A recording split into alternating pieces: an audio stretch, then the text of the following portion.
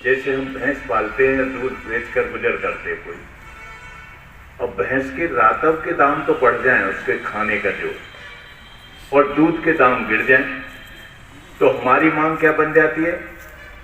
दूध के दाम बढ़ाओ। और अगर भैंस ही नहीं रहेगी तो दूध के दाम बढ़ाने की मांग का कोई अर्थ नहीं बचता है। गन्ने के दाम दो, गन्ने के भुगतान करो, बिजली सस्ती करो, ये सारी मांगें अगर ये 3 कानून लागू हो जाते कोई अर्थ नहीं था साथियों। ये हिंदुस्तान की तमाम खेती पर डकैती थी, उसको हड़पने की एक साजिश थी, जमीनों को हड़पने की साजिश थी, जिसको आप लोगों ने अपनी पूरी ताकत झोंक कर उसको पीछे हटा दिया है और जीत हासिल की है। ये बहुत बड़ी जीत है। क्यों? इस कानून में ये कर दिया गया था कि अब किसान खेती नहीं करेगा, कंपनी उनसे खेती कराएगी।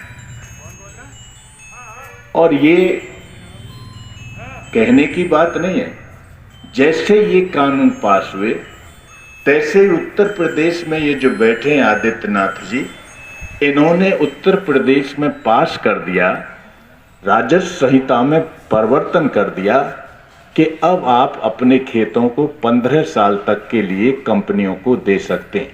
क्योंकि आप जानते हैं, बहुत कम लोग जानते हैं, हमारा दुर्भाग्य है, भारत का सबसे पहला भूमि संबंधी कानून कौन सा था?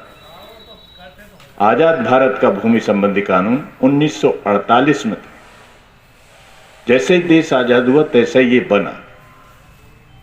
वो क्या था कि कोई भी विदेशी कंपनी या यहाँ की बड़ी कंपनी खेती की जमीन ठेके पे लेकर या खरीद कर खेती नहीं कर सकती। 1948 में रोक लगा दी गई थी, क्योंकि उस समय जो कंपनी थी विदेशी, वो हमसे ठेके पर खेती कराती थी, अफीम की खेती कराती थी, नील की खेती कराती थी। नील की तो चिन्हपति भी है, वो हौज सी जगह जगह बनी हुई है अभी खेतों में। 1948 में इस पर रोक लगा दी गई। इसको भी बहुत कम लोग जानते हैं कि ये कानून खत्म कब हुआ। ये कानून खत्म तब हुआ जब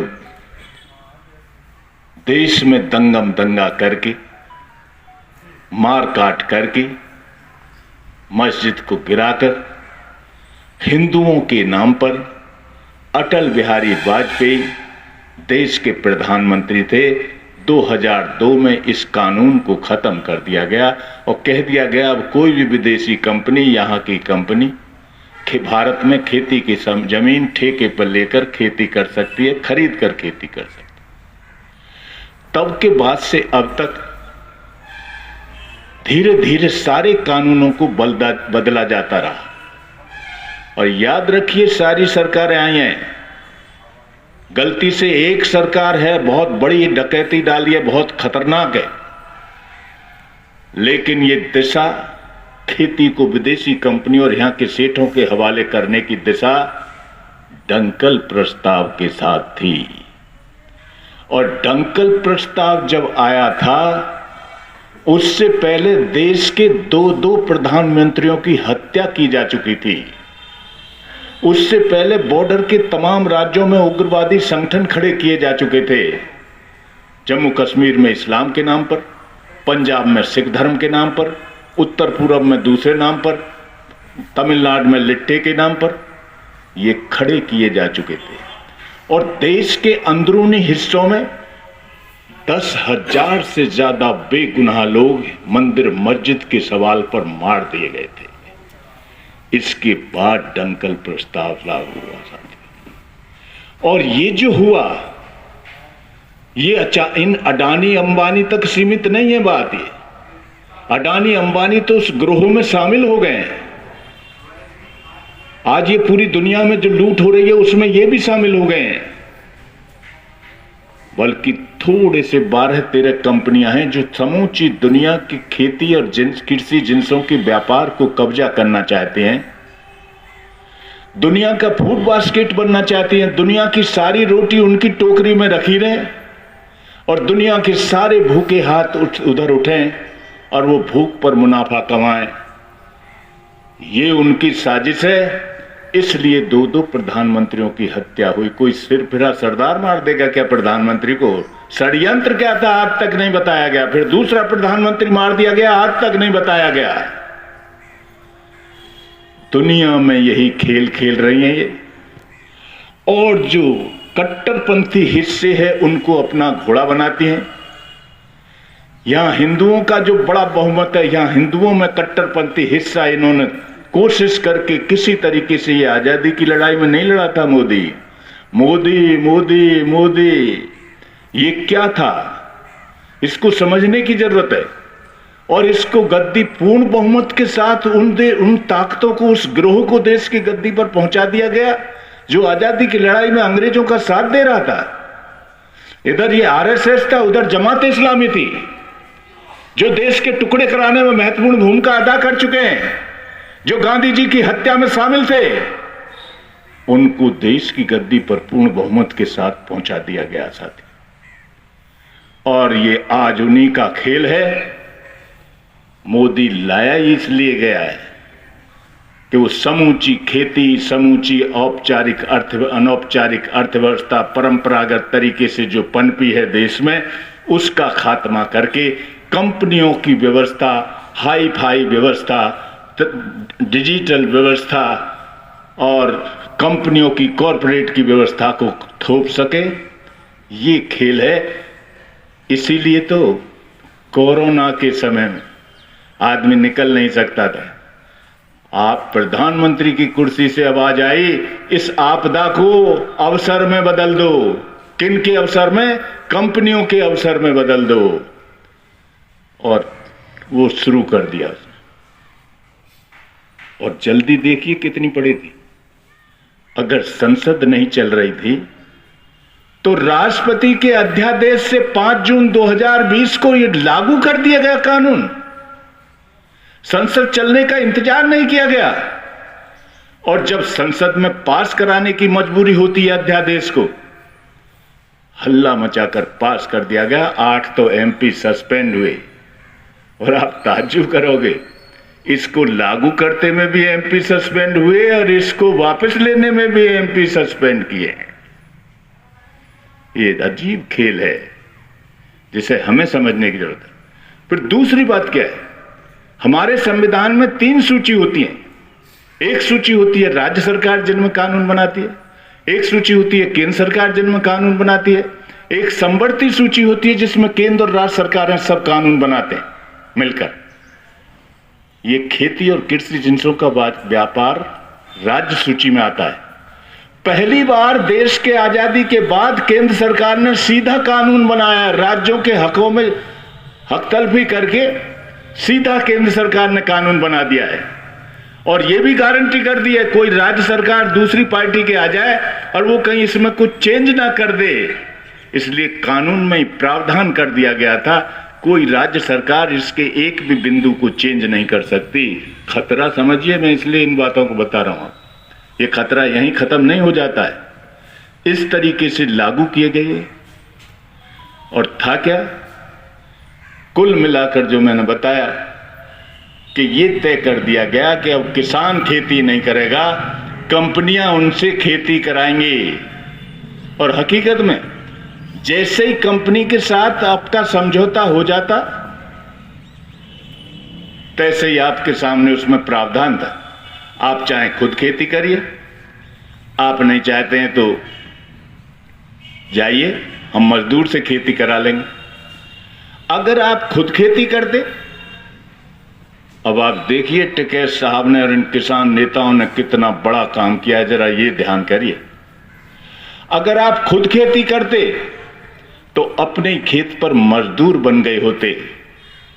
और अगर कहीं खेत छोड़ के किसान से कुछ तो मिल रहा है कंपनी से हमें, चलो कहीं और हिल्ला कर लें, तो आपका खेती के पैसे कब्जा हट गया होता जमीन पे से, नाम आपका रहता, आपको उसके बटका कुछ मिलता भी। लेकिन 15 साल तक आप खेती में, आप और आपका बेटा उस जमीन में घुस नहीं सकते थे और किसी तरीके का निर्माण नहीं कर सकते थे, कच्चा और पक्का। कब्जा हट गया होता, और जब 15 साल बाद आ रहे होते, कंपनी फिर आ रही होती, तो आप इस पोजीशन में नहीं रहते कि आप उससे कह सकते हट, हम तुझे नहीं देते, अब हम खुद खेती करेंगे।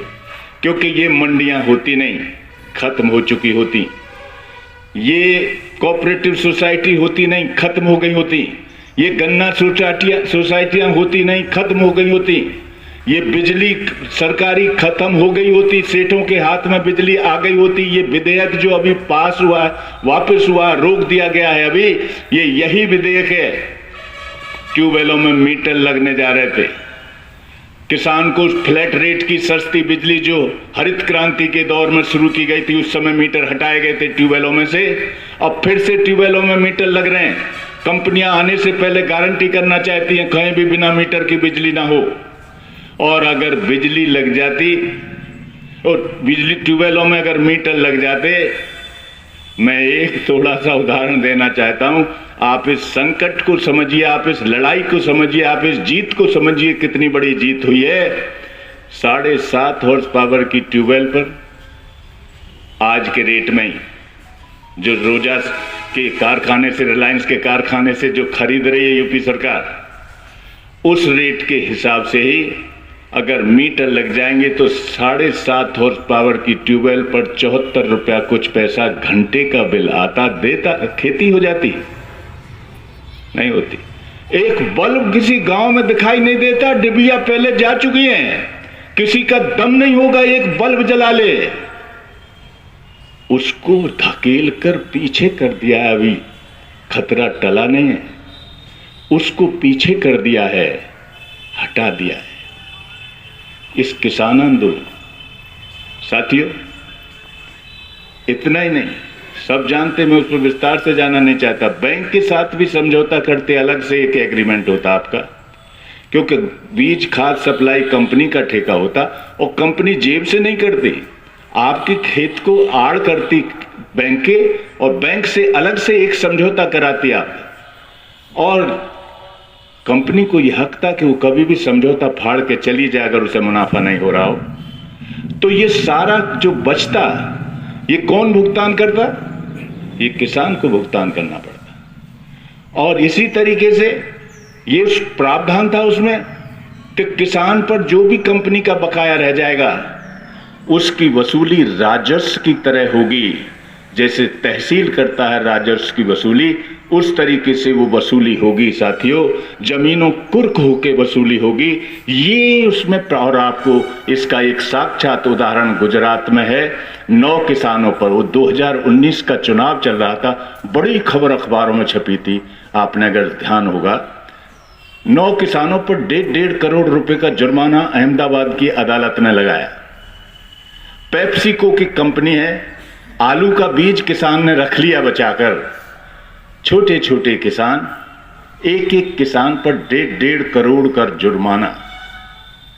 और किस तरीके से फिर बस हुआ, अभी तक उसका छप नहीं रहा क्या हुआ, लेकिन ये सौदा चल रहा था, किसान हाथ जोड़ रहे थे, अदालत का फैसला है, बच सकते नहीं, पूरी जमीन बेचेंगे तो 1.5 करोड़ की नहीं होती। तो कंपनी ने कितनी दया दिखाई कि ठीक है, ये खेत हमें पूरा दीजिए, बाकी हम माफ कर देते हैं। इस तरीके से जमीनों को हड़पने का एक सिलसिला, एक षड्यंत्र था, जो आप लोगों ने और जो इस किसान संघर्ष ने पीछे हटा दिया है अभी। लेकिन खतरा टला नहीं है, इसे ध्यान रखिए, खतरा अभी टला नहीं। उसी तरीके से साथियों, कृषि जिन्सों का व्यापार भी हमारे यहाँ प्रतिबंधित था, रोक थी। कोई बड़ी कंपनी, यहां तक कि थोक व्यापारी भी सीधा किसान से खरीद नहीं कर सकता था, क्योंकि जब वो किसान के घर में आता था तो सस्ते में खरीद लेते थे, अपने गोदाम भर लेते थे, और जब खाने वाले को जरूरत पड़ती तो मनमाना लूट करते थे, और कभी कभी बनावटी अकाल पैदा कर देते थे। तब रोक लगा दी गई थी। कोई बड़ी कंपनी, थोक व्यापारी भी सीधा खरीद नहीं कर सकता किसानों से। लेकिन मोदी प्रधानमंत्री की कुर्सी से फिर आवाज आई, मैंने किसानों को आजाद कर दिया है, कहीं भी अपना माल बेचें। किसानों पर कहाँ रोक थी भाई, व्यापारियों पर रोक थी, इसी किसानों की जोत बही वगैरह देखते थे। किसानों के माल पर कहां रोक थी। लेकिन सरेआम प्रधानमंत्री की कुर्सी से आंखों में धूल झोंकी गई और उन कंपनियों को खोल दिया गया, जिससे ये आड़ती जो उछल उछल कर वोट किया बीजेपी के लिए, वो सब के घर में रोबराट मच गया, खतरा पैदा हो गया, खत्म हो जाएंगे। उनको बचा लिया है, इस आंदोलन ने उन्हें भी बचा लिया है साथियों। ये बड़ा काम, बहुत बदनाम किया गया इसलिए, खालिस्तानी कह के, कभी जाटों का आंदोलन कह के, कभी कहा कि पगड़ी वाला जाट है, ये हरियाणा का जाट है, ये पश्चिम उत्तर प्रदेश का जाट है, यानी हर चीज कही गई।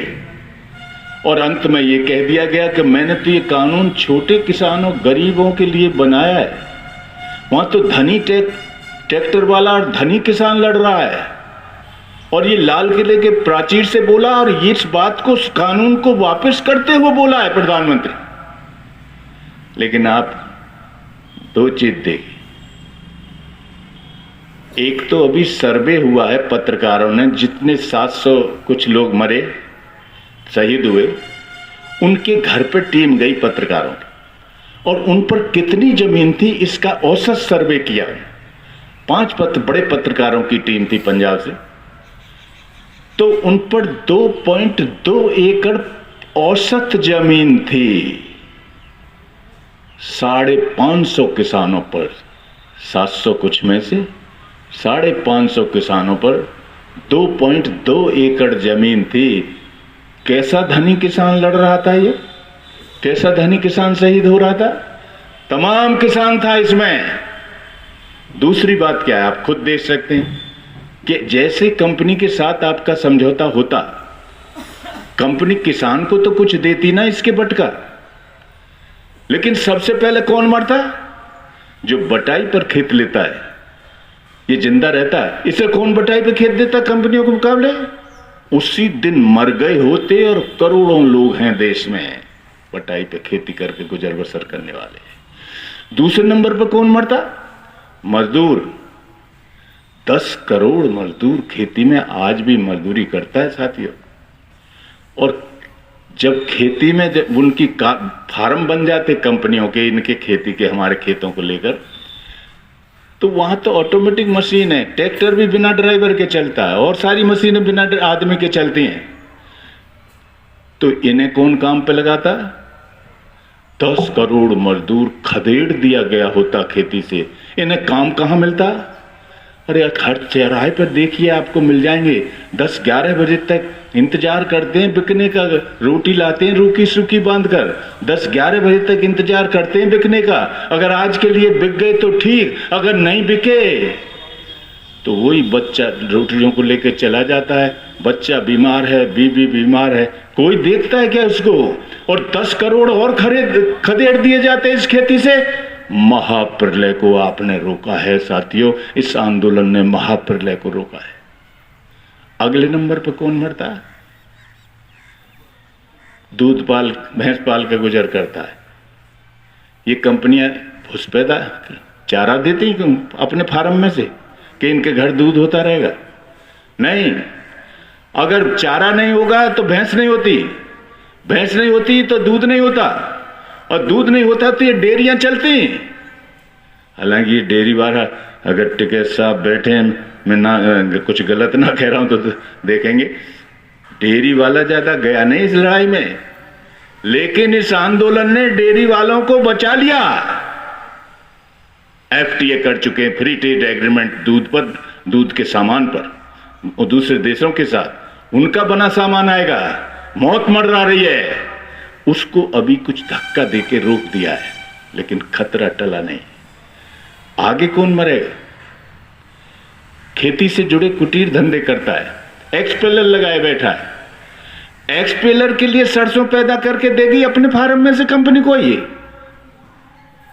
धान मशीन लगाए बैठा है, वो धान पैदा करके इसे देंगे कि रोजी रोटी चला ले। रुई धुनने का काम करता है, इसे रुई मिलेगी। आटा चक्की लगे बैठा, ब्रांडेड आटा ऑलरेडी आ चुका है बाजार में, इसके पास आएगा पिसवाने। मोटर बांधने का काम करता है, जब फार्म बन जाएंगे, ये ट्यूबवेलें नहीं होंगी, इसके पास मोटर बांधने को भेजेगा। वो फार्म वाली कंपनी की मोटर यहां आएगी, कितना बड़ा महाप्रलय इसको रोका है। और राशन वितरण ये चलता, क्योंकि कितनी बेहतरीन व्यवस्था थी उस समय हरित क्रांति के दौर में की गई। ये ध्यान रखना चाहिए। कहता है 75 साल में कुछ नहीं हुआ। 75 साल में एमएसपी को करने की कोशिश की, और कितनी बढ़िया योजना थी।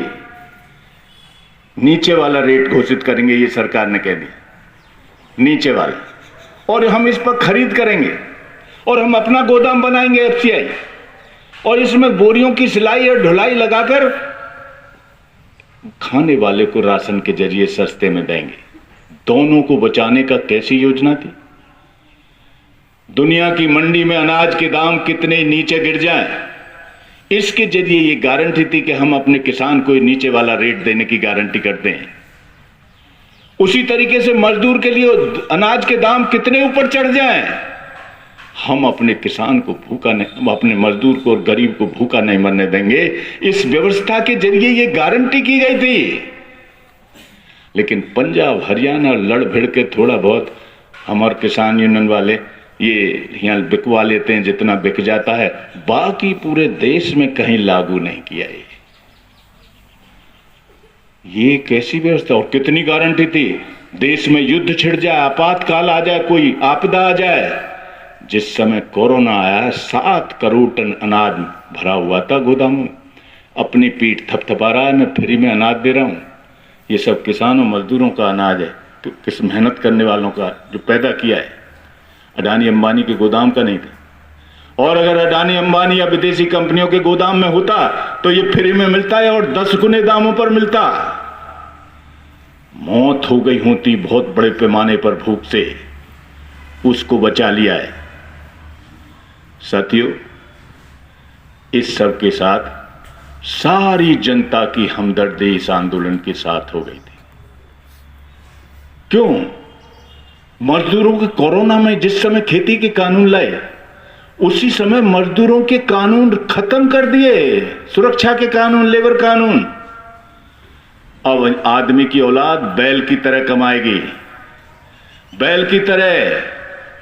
उसका कोई घंटे नहीं होंगे, काम के घंटे। आप भी देख लीजिए, अच्छे अच्छे देवताओं को आपने जिताया, मसीहाओं को जिताया। ये 8 घंटे से बढ़कर 12 घंटे का दिन कैसे हो गया। हर कारखाने में देख लीजिए, हर जाति बिरादरी के, हर मजहब के बच्चे को देख लीजिए, 7 बजे घुसता है कारखाने में, शाम को 7 बजे निकलता है। किस तरीके से आदमी की औलाद को जोता जा रहा है। इसकी इतवार की छुट्टी खत्म हो गई है। बैल को तो भी हम मावस के दिन, पुराने टाइम के बुजुर्ग जानते होंगे, जब उसको तो अभी हम छुट्टी दे देते थे, मावस पूर्णमासी। इस मावस पूर्णमासी की भी छुट्टी इसको नहीं मिल रही है। कहीं परमानेंट नौकरी नहीं रह गई है। सरकारी नौकरियां भी, डॉक्टर भी संपदा पर, मास्टर भी संपदा पर।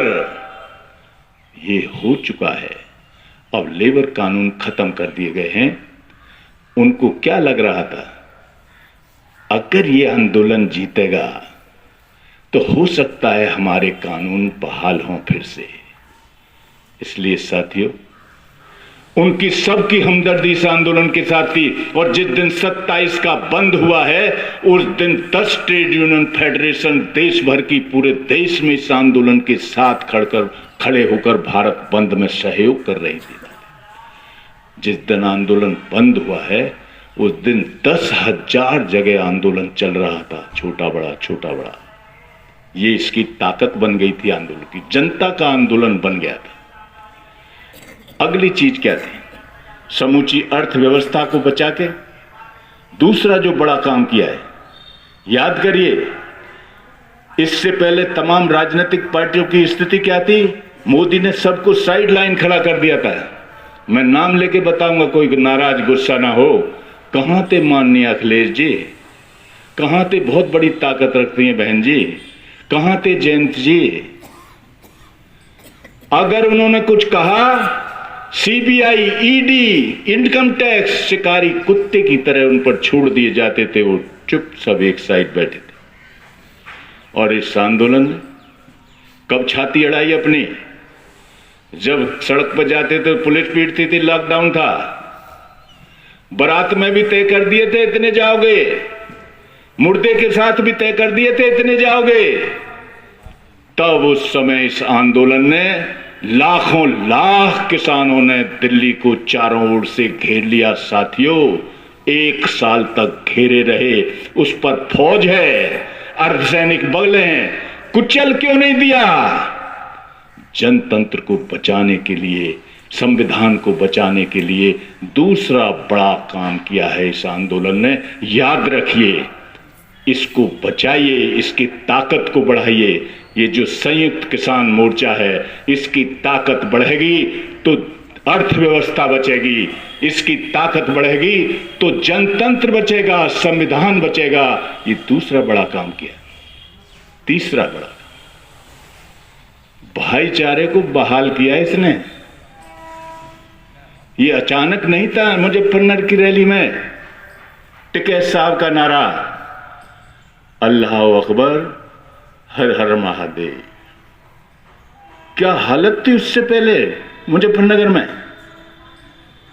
उस मार काट कराई 13 में, 14 में उसी के बल पर पूर्ण बहुमत हासिल कर लिया।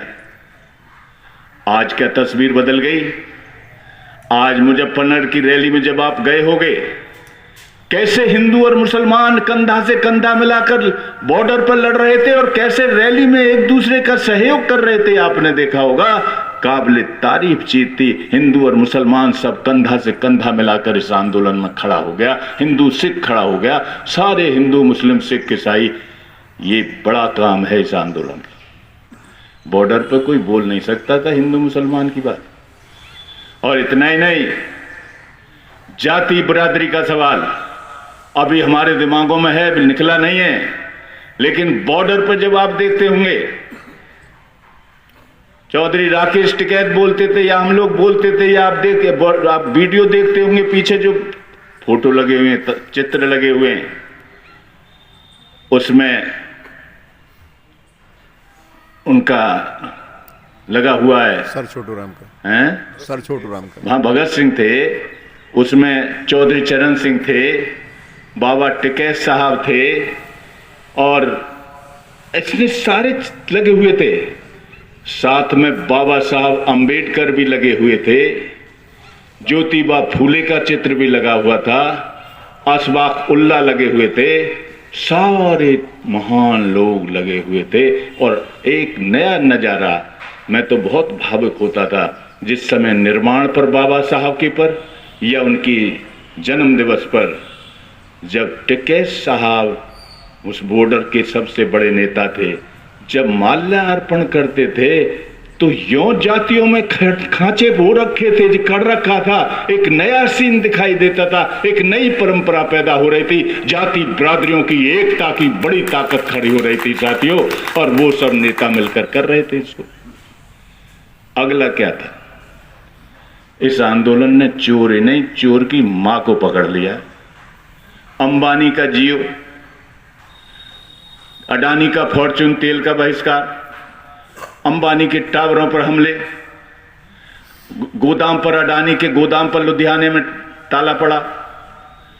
और ये जो टोल प्लाजा है, ये फ्री पंजाब हरियाणा के, क्या बोला है गडकरी, 27 अरब 29 करोड़ का संसद में बताया नुकसान हो गया। ये किस पर चोट हो रही थी? ये उस असली लुटेरा जो पूंजीपति है उस पर चोट है, उसकी तरफ उंगली उठ गई। असली लुटेरा ये है, असली लूट करने वाला। अब तक ये पार्टियों के पीछे छिपा रहता है, पार्टियों को अपनी गोट समझता है। इसकी गोट जो जीत कर आ जाएगी उसके वारे न्यारे हो जाएंगे। जैसे अब अडानी की गोट मोदी है, अब ये जीत गया है तो अडानी बड़ा सेठ बनता जा रहा है, देश का सबसे बड़ा सेठ, इसलिए इसको पकड़ लिया गया। और इसकी ताकत देखिए, उंगली उठाते ही। अभी उंगली किए, जब टावरों पे हमले हुए तो टिकैत साहब और दूसरे नेताओं ने मना कर दिया, ये हमारा नारा नहीं है, अभी मत करिए ये। इतने में डर गए। अंबानी सुप्रीम कोर्ट पहुंचा, कहा किसानों से मुझे बचाइए। और फिर जब वहां सुनवाई नहीं हुई, क्योंकि कोई हमला ही नहीं था, सुनवाई क्या होती, तो अपना बंबई का मकान छोड़ के लंदन में बना लिया है। बच्चों को सुरक्षित कर रहे हैं। अभी तो कोई बड़ी बात नहीं, बस जरा सी उंगली उठी है, चोर की तरफ उंगली उठ गई है। और ये करोड़ों उंगलियां अगर ये कह देंगे ये चोर है, ये चोर है, पैर उखड़ जाएंगे उसके। इसी तरीके से दूसरी जो और चोर की मां कौन पकड़ी है? जो हमारी एकता को तोड़ती है, मेहनत करने वालों को, जो हमारे देश को तोड़ने का काम करते हैं, जो फिरका परस्त ताकते हैं। अकेली बीजेपी के खिलाफ नहीं बोला यह आंदोलन, आरएसएस को निशाने पर ले लिया है। जितने वक्ता बोले हैं, कामरेड तो संचालन समिति में है, रिकॉर्ड में है, इनके सब वीडियो में उनका सबका रिकॉर्ड है जो बोले हैं। जबरदस्त हमला आरएसएस पर, और 10,000 जगह जो आंदोलन चल रहा था उनमें सब उसका इतिहास बताया जा रहा था। और याद रखिए, जिस तरीके से आरएसएस का बताया जा रहा था उसी तरीके से जमाते इस्लामी का भी बताया जा रहा था। तमाम कट्टरपंथी ताकतों का इतिहास बताया जा रहा था, किस तरीके से ये अंग्रेजों के साथ रहे, किस तरीके से देश को तोड़ने का काम किया, और किस तरीके से आज भी दंगम दंगा कराकर किसानों की, मजदूरों की एकता को तोड़ने का काम कर रहे हैं। एक बड़ा काम। अगला जो लास्ट सबसे बड़ी उपलब्धि है, इस आंदोलन ने एक नई राजनीति को जन्म दिया है साथी। इसको समझिए और इसकी आंख की तरह, पुतली की तरह हिफाजत करिए। इसने अब तक कैसी राजनीति होती थी? देश का नेता कैसा हो, फलाने तेरे जैसा हो, फलाने तू आगे बढ़ हम तेरे संगे। व्यक्तिवादी राजनीति, व्यक्ति के पीछे हम। इस आंदोलन ने क्या सिखा दिया? किसान बोल रहा है, बोल तेरी पार्टी इन मुद्दों पर क्या करेगी, तू किसी पार्टी का, तेरी पार्टी इन मुद्दों पर काम क्या करेगी ये बता। ये नई चीज हो गई है साथी। और जहां पेट के सवाल, जिंदगी के सवाल, रोजगार के सवाल, दवा गोली के सवाल, खेती के सवाल, व्यापार के सवाल, ये राजनीति का एजेंडा बन जाएंगे, वो देश तरक्की करेगा, किसान मजदूर का भला होगा। और जहां धर्म राजनीति का एजेंडा बन जाएगा, जाति राजनीति का एजेंडा बन जाएगी, वो देश मारकाट की तरफ जाएगा, टूट जाएगा। कहीं भी नजर उठाकर देख लीजिएगा एक दिन, ये सब जगह हो रहा है। इसलिए साथियों, ये जो एजेंडा पैदा हुए, मैं जब बोल रहा था एक सभा में, एक नौजवान लड़का खड़ा हुआ, बोला जी ये आपके यहां भी तो यही होता है। मैंने कहा बता बेटा, मंच पे बुलाया मैंने, कैसे होता है बता।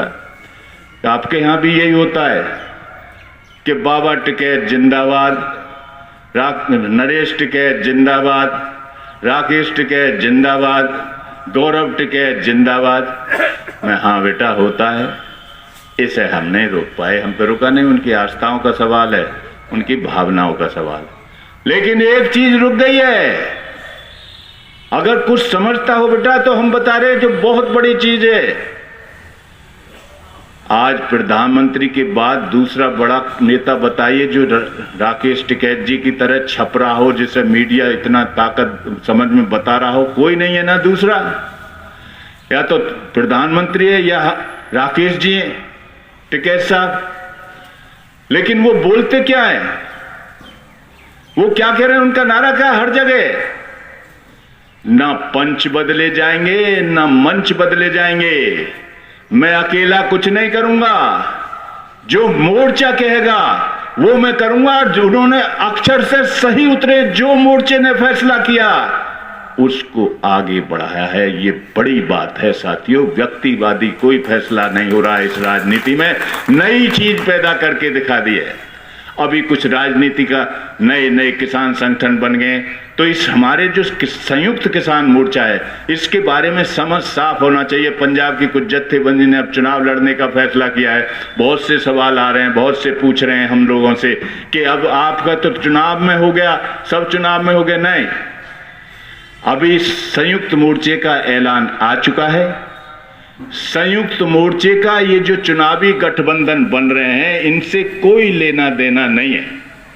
चुनाव लड़ने का उनका अधिकार है, जो लड़े लड़े, लेकिन संयुक्त किसान मोर्चे का कोई भी बैनर का इस्तेमाल ये नहीं किया जाएगा। ये साफ बता दिया गया है, बयान आ गया, आज पोस्ट आ गई है, देखे होंगे आप सब लोगों ने, जिनको आती हैं वो आ गई आज सुबह।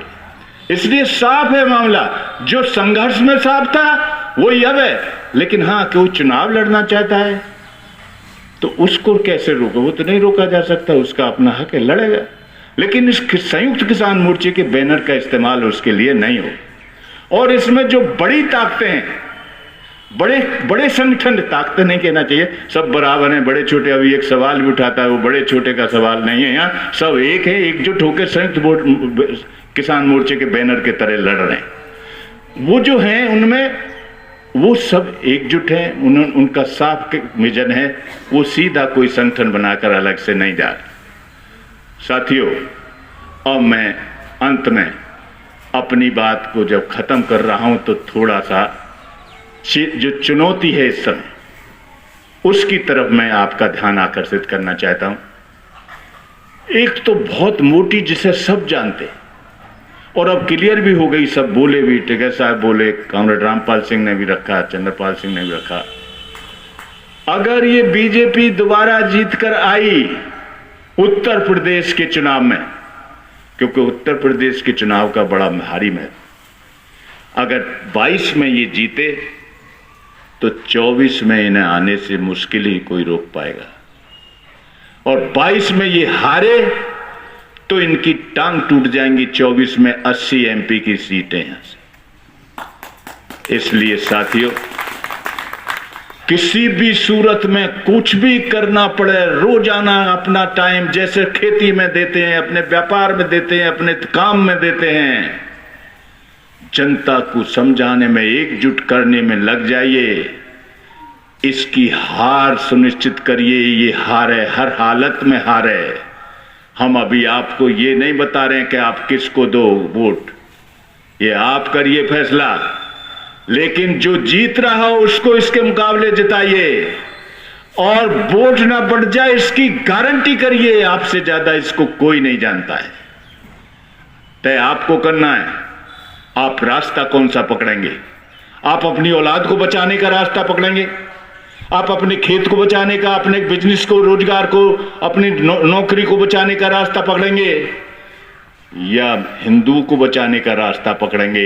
ये तय आपको करना है। आप हिंदू पहले हैं कि इंसान पहले हैं, आप तय करिए। अगर आप इंसान पहले हैं तो आपकी जगह इस लड़ाई के साथ है, इस किसान आंदोलन के साथ है। आप अगर हिंदू पहले हैं तो फिर हम क्या कह सकते हैं? बहुत बुरे दिन आने वाले हैं। मैं आप हिंदू पहले हैं, मुसलमान पहले है, दूसरा फिर बिरादरियों में बट के ये सब खानों में बट जाएंगे, और फिर निश्चित तौर से जो हमारी एकता को तोड़ना चाहता है, किसानों मजदूरों के संगठन की ताकत जो है इनको तोड़ना चाहता है, उसकी पौबारह हो जाएगी। इसलिए इस आंदोलन का ये संदेश है। आंदोलन का हम उत्तर प्रदेश उत्तराखंड मिशन चलाएंगे चुनाव तक। इन कानूनों के बारे में बताएंगे जैसा मैंने आपको बताया, और गांव गांव जाके समझाएंगे, गली गली घर घर जाके बताएंगे, और फिर ये कहेंगे कि जो इन कानूनों को लाना चाहता है उसको किसी सूरत में भी हराइए, हर हालत में हराइए, ये जीतना जैसा। दूसरी बात, दूसरा खतरा बहुत बड़ा है। खाली चुनाव का मामला एक है, लेकिन अगर हिंदू मुसलमान के नाम पर या धर्म के नाम पर ये दोबारा, ये भी हो सकता है इसने इंटरवल लिया हो। अभी कानून वापस लेने में मैं तो शुरू से कह रहा हूं, मुझे शक है ये संयुक्त मोर्चे की चीज नहीं, मेरे दिमाग का शक है। कहीं ऐसा तो नहीं हो इसने इंटरवल लिया हो, इसने एजेंडा बदला हो। क्योंकि अगर ये किसान कानून और किसानों की लड़ाई अगर चुनाव तक एजेंडा रहती तो इसकी हार सुनिश्चित थी। इसने इस एजेंडे को साइड करके और फिर अपना पुराना एजेंडा शुरू कर दिया। हिंदू मुस्लिम, मथुरा की मस्जिद में कृष्ण की मूर्ति रखने का बवंडर मचा दिया है, और यही नहीं कर रहा है। बारीकी से देखिए, आज खबर है ये सीएए के कानून को चुनाव से पहले लागू कर रहे हैं। 10 जनवरी का डेट थी, 10 जनवरी की डेट थी, 10 जनवरी का अब नहीं जा रहे हैं, उसके विरोध में अब डेट नहीं बढ़ाएगी, अब उसको लागू करेगी। अगला क्या है? 1991 का कानून था, सुप्रीम कोर्ट ने एक रूलिंग दी थी। 1947 के बाद जो मंदिर मस्जिदों की स्थिति है, उसके बाद कोई नया विवाद खड़ा नहीं कर सकता। उस पर रोक लगा दी गई थी 1991 में, सुप्रीम कोर्ट का फैसला है। साथियों, चुनाव से पहले उस सुप्रीम कोर्ट के फैसले को बदलने की साजिश चल रही है। हम ये निवेदन करना चाहते हैं अपने तमाम किसान नेताओं से भी और तमाम इनको लगा शाहीन बाग का आंदोलन इन्होंने सीमित एक बिरादरी का बनाकर, एक धर्म का बनाकर इन्होंने कुचल दिया कोरोना की आड़ में, और उनका फिर एक तरफा कत्लेआम किया दिल्ली के अंदर। ये हमारे आंदोलन को भी करना चाहते थे शाहीन बाग की तरह, लेकिन 28 तारीख की ताकत आपने देखी होगी, पल पल से हम उठा दिए गए थे। और 28 तारीख को हमला जब वहां किया जा रहा था, हजारों अर्धसैनिक बल लगाकर, वो तो वहां सब ताकत बनी, टिकैत साहब उठे और दूसरी तस्वीर बदल गई। जो ये जनता पीछे से पड़ी टूट के, रात को 11:30 बजे ही वापस लेना पड़ा योगी को अपना आदेश। वो नहीं कर पाए जो कुचलने का काम शाहीन बाग की तरह कर रहे थे। लेकिन इसी आड़ में, इसी बीच में वो बड़े पैमाने पर जो कुछ हासिल कर लिया है, उस हासिल को खत्म करना चाहते हैं। अगर ये जो हरिद्वार में हुआ है मारकाट का ऐलान, अगर ये दिल्ली में हुआ है मारकाट का ऐलान, पूरी नस्ल कुशी का कोशिश है। और आप भूलिए मत, ये सरकार ऐसी है कि सड़कों पर लिंचिंग करती रही है। 60-62 के करीब मारे गए सड़क पर घेर के, भीड़ ने जो मारे, 7 दलित हैं उनमें, बाकी सब अल्पसंख्यक हैं। सारी पार्टियां चुप रही और मैं दुर्भाग्य से कहना चाहता हूं सारे किसान संगठन चुप रहे। और अब उनका ऐलान हो रहा है, ये अकेले नहीं है, ये फैल चुके हैं, दक्षिण भारत से लेकर यहां तक फैल चुके हैं। और अब ये जो नस्ल कुशी का ऐसा ऐलान हो रहा है, ये ऐलान तमाम किसानों की संघर्ष की उपलब्धि को दूसरी तरफ कर देगा। सावधानी हटी और दुर्घटना घटी। अगर जरा भी भूल पड़ गई, इसको मजबूत बनाइए, इन नेताओं का ताकत बढ़ाइए। गांव-गांव में अभी से घुस ना जाइए। पीला दुपट्टा पहना 15 लाख उत्तर प्रदेश, 50 लाख पूरे देश में है, 15 लाख चुनाव से पहले उत्तर प्रदेश में छोड़ दिया है। इसको 30,000 से लेकर 50,000 रुपया तनख्वाह मिल रही है। साथियों, ये एक बार गद्दी पर आते हैं, गद्दी छोड़ते नहीं है। इनका इतिहास होता है, इस तरीके की जो ताकतें होती हैं। हिटलर ने यही किया था, रवांडा में यही हुआ था। 60 लाख यहूदियों को जर्मनी में काट कर फेंक दिया था। रवांडा में अभी दो कबीले हैं, हुतू और तुत्सी कबीले। 8 लाख लोगों को मिलिट्री ने 3 दिन में कत्ल कर दिया था। अब ये तैयारी कर रहे हैं, हिंदू नौजवानों से कह रहे हैं हथियार उठा लो, किताब छोड़ दो। फौजियों से कह रहे हैं हथियार दूसरी तरफ करो। पुलिस वालों से कह रहे हैं हथियार दूसरी तरफ करो। क्या संदेश है ये? अरे 22 करोड़ दलित, 20 करोड़ अल्पसंख्यक और तमाम और ताकतें, और इस किसान संघर्ष की ताकत जो इसके हथियारों से भी नहीं झुकी, और अल्लाह अकबर और हर हर महादेव का मिला जुला नारा देने वाले टिकैत साहब और उनके पीछे की ताकत और तमाम लाल झंडे की ताकत, ये कर जाएंगे? ये नहीं कर जाएंगे। लेकिन इनका जो काम होता है, मिलिट्री को आदेश देंगे, कत्लेआम होगा, गुंडों को भर्ती किए हुए हैं 30 से लेकर 50,000 रुपया तनख्वाह के, वो हमला करेंगे तो हमारे पास क्या बच जाएगा? लाशों को दफन करने का काम और लाशों को जलाने का काम बच जाएगा। साथियों, मुल्क उधर जा रहा है। तालिबान क्या करिए अफगानिस्तान में?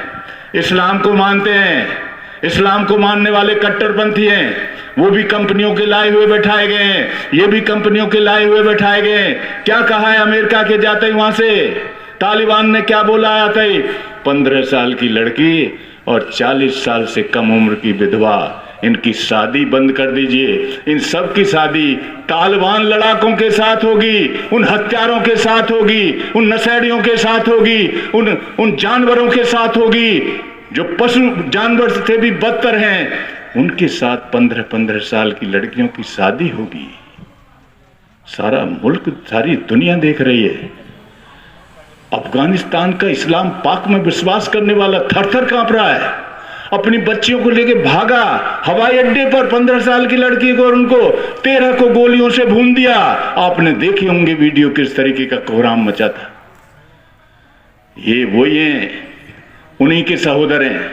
कट्टरपंथी हिस्सा जो होता है एक ही बात होता है, चाहे हिंदू में हो, चाहे मुसलमान में हो, चाहे सिख में हो, उसका एक ही रोल होता है, उसका अलग नहीं होता।